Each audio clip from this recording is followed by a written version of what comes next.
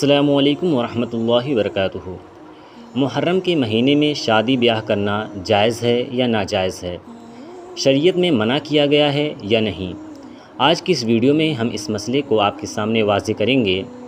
جہاں تک بات جائز اور ناجائز، منع اور غیر منع کی بات ہے تو شریعت میں کوئی بھی دن ہو، کسی بھی دن شادی بیاہ کرنے سے منع نہیں کیا گیا ہے۔ کوئی بھی مہینہ ہو، کسی بھی مہینے میں شادی بیاہ کرنے سے منع نہیں کیا گیا ہے۔ تو محرم شریف کا مہینہ ہو یا کوئی اور مہینہ ہو، کسی بھی مہینے میں کسی بھی دن آپ شادی کر سکتے ہیں۔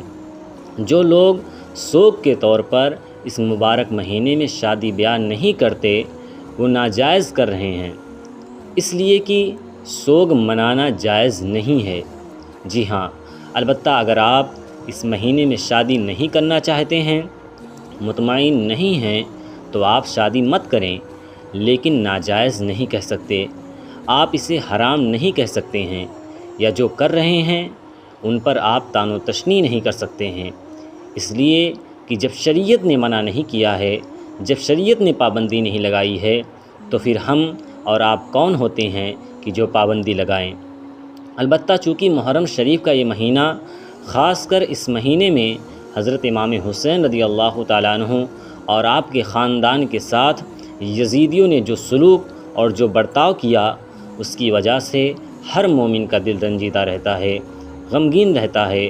سوگ تو نہیں مناتا، لیکن جب جب واقعہ کربلا یاد آتا ہے، دل بے چین ہو جاتا ہے کہ کس طرح رسول پاک صلی اللہ تعالیٰ علیہ وسلم کے خاندان کے ساتھ، ان کے نواسوں کے ساتھ ان یزیدیوں نے سلوک اور برتاؤ کیا۔